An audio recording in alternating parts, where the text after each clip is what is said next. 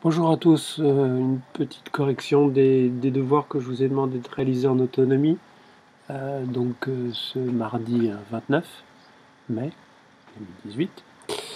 On va commencer par les exercices avec Excel, notamment sur les tableaux croisés dynamiques. Alors là je vais commencer quelque chose, mais on va recommencer tout à zéro.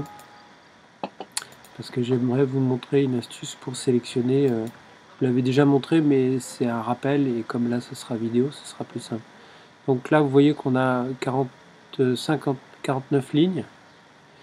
Il nous suffit pour aller tout en bas et être sûr d'aller tout en bas plutôt que de faire vous voyez, ce genre de choses, de double-cliquer une fois qu'on a le curseur sous cette forme-là, en bas du liseré vert, en maintenant Shift appuyé, et du coup ça nous sélectionne tout ça. Bien sûr, comme on n'a pas désélectionné la touche Shift, il nous suffit après d'aller jusqu'ici et ça nous sélectionne tout le tableau. Après, évidemment, on fait appel à la fonction tableau croisé dynamique que vous connaissez bien maintenant. Et là, on va faire une nouvelle feuille de calcul. Et on va lui donner... alors, on peut lui donner un nom, hein, il suffit de faire option du tableau croisé dynamique. Et là, on va mettre tableau croisé dynamique 0,1. Voilà, comme ça, on répondra à la question, à la première question. Bien, maintenant, notre tableau croisé dynamique a été nommé. Alors, vous voyez que dès que je ne clique pas dessus, le petit panneau là disparaît. Dès que je clique à nouveau dessus, ça réapparaît. Donc, quelles sont les demandes qu'on va nous demander, qu'on nous formule sur ce premier tableau croisé dynamique? Il faut trouver les deux vendeurs. Alors, je vous conseille souvent de faire ça. Les deux vendeurs qui ont vendu le plus d'unités. Donc, vendeur et unité, hein, ce sont les deux paramètres qui vont nous intéresser. Donc, on va aller sur le tableau croisé dynamique 0,1.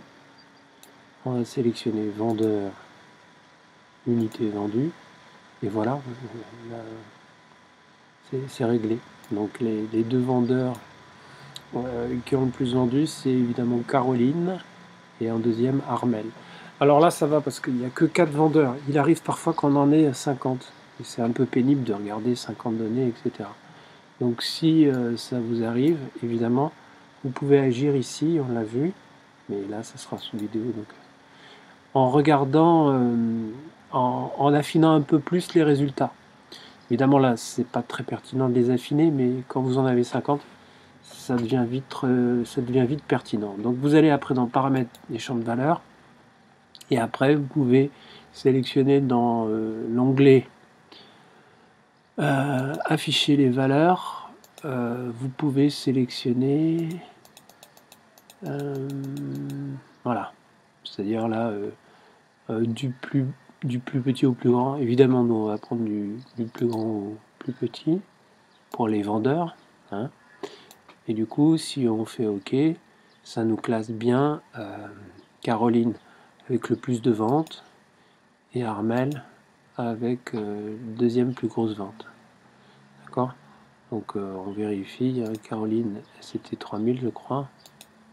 Voilà. Donc là vous voyez bien que ça nous permet de mettre ça en ordre. Voilà, donc ça c'est la réponse au premier tableau croisé dynamique.